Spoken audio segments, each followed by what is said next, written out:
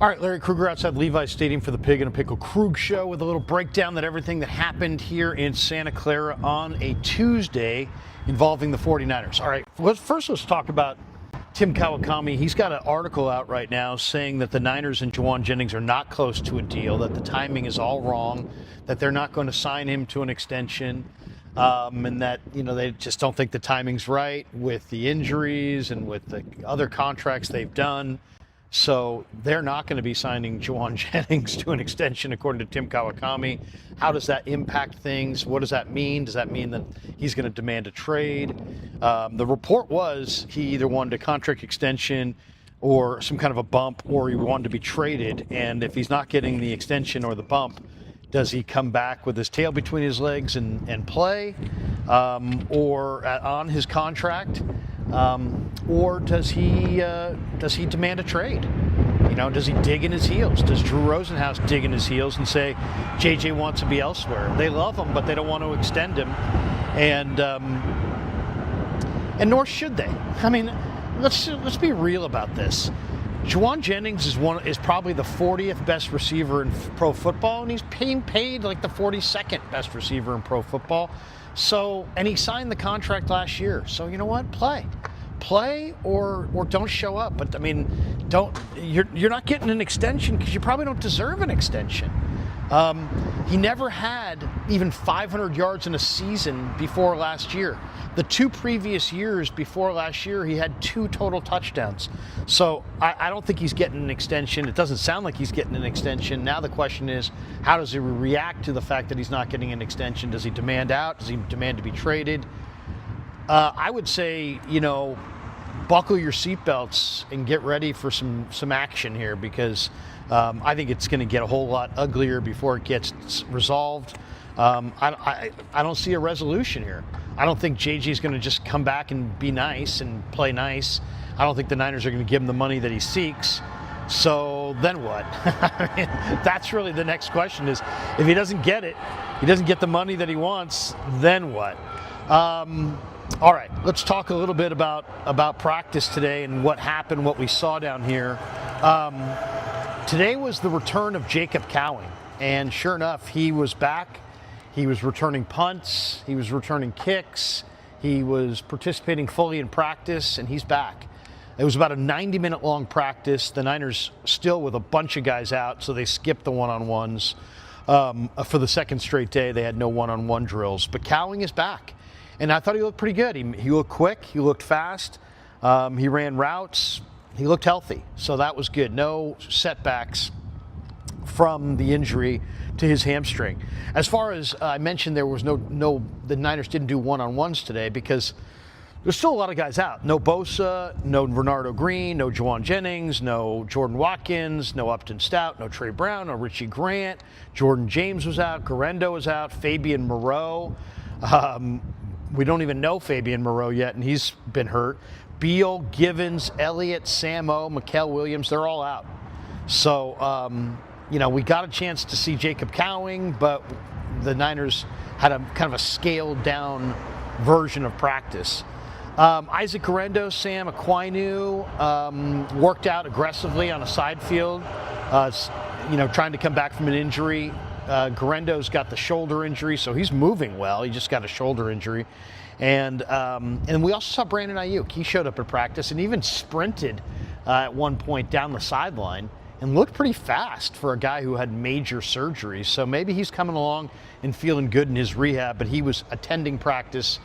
He's going to be out, a number of weeks still, but he did attend practice, and he's looking like he's chomping at the bit. Today was the final, he's chomping at the bit to get back out there. Today was the final practice for the fans, so the fans' viewing of 49er training camp has come and gone for 2025. It was a beautiful day here today.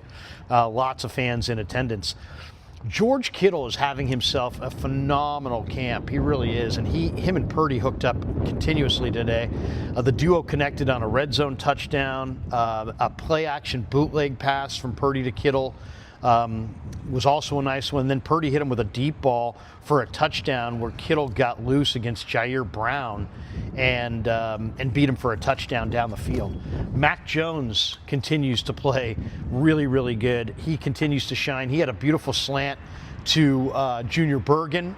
He hit Ricky Pearsall with another pass. He hit Robbie Chosen on a play action pass, and then hit Chosen on an intermediate pass play as well. And he just looks good. He hit Bergen with a pass that was just a flat out dime. And Mac Jones was perfect today. In fact, I was looking at the numbers. I had Mac Jones at 9 for 9 on the practice, and Brock Purdy at 14 of 17. So, needless to say, the Niner offense might have been a little bit ahead of the Niner defense. Corey Kiner continues to show great things in the summer. He had a really nice run, or two today, but one that I thought was really nice where he had a nice sharp jump cut. Kiner looking very, very explosive. You know who's not looking good is Jeff Wilson Jr. He probably fell down today 3 times. He fell down yesterday like 3 or 4 times. Falling down on the field it doesn't seem like it's a big deal, but it is a big deal, because when you fall down on the practice field, it usually means that you're losing your legs and you're near the end. And that's where he is. He's probably near the end, and he's gone to the ground 3 or 4 times. And he just looks totally washed. Jake Moody had a great day today, though. 7 for 7 for Moody on field goals. He converted 2 from 50-plus yards. Bradley and Nye had a beautiful sack on one play. Tatum Bethune had a really nice hit. I asked Robert Saleh after practice about the growth of Tatum Bethune, and he's just said, he's remade his body and he's faster, but he also knows the defense. And when you know the defense, you can play faster.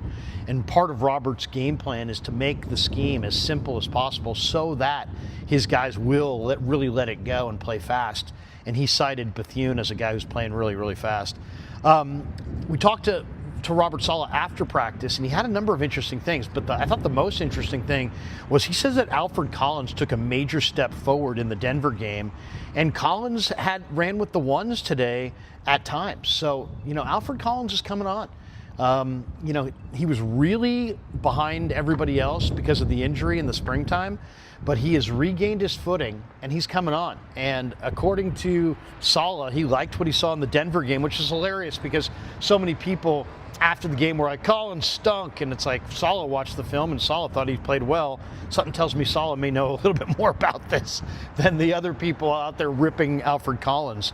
But, it's funny. He said that the Denver game, Collins took some steps forward. And today we saw Collins running with the first team defensive line. And I would say there's a chance, based on what I saw, that he may start. Maybe the play of the day in practice was a tipped ball that was tipped by Juice into the air and then picked out of the air by Dom Pooney, who ran it in for a touchdown. And as he was running, I was like, oh my God, I hope nobody cuts his legs or something like that. He's going to get hurt. But Pooney, that was probably the play of the practice. The Dom Pooney deflection for a touchdown. We saw them practicing Corey Kiner, Jacob Cowing, and Dallas Flowers were practicing fielding kickoffs. Bergen and Cowing were practicing fielding punts. The schedule, by the way, for tomorrow will be a walkthrough. Niners will head to Vegas. They'll fly to Las Vegas. They're going to practice Thursday against the Raiders in the morning, and then they'll be off on Friday. Saturday, Niners take on the Raiders at the Raiders Stadium there in Vegas. We had a chance to talk after practice to Kalia Davis, and Kalia's in a real good spot. He had a good year last year. He played in 14 games. He had an interception. He looked really good in camp last year, then hurt his knee. This year, he's running with the ones and looking really good, and he's excited for the year. It was great to talk to him. And then we talked to Junior Bergen, and he, I asked him, is there a return man that you kind of have watched through the years that you try to copy, or you've looked at his style or his technique and said, I want to be like that guy. I thought he was going to say like Devin Hester or Desmond Howard or something like that, but those guys are too old for him. He said Percy Harvin. He said Percy Harvin is a guy that he watched an awful lot.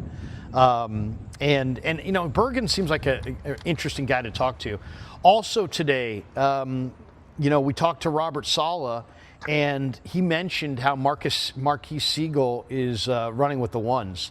You know, today it was Jair Brown and Siegel with the ones. And here's a little bit of Robert Saleh on Marquis Siegel and the fact that he's really coming on, and today was running with the starters.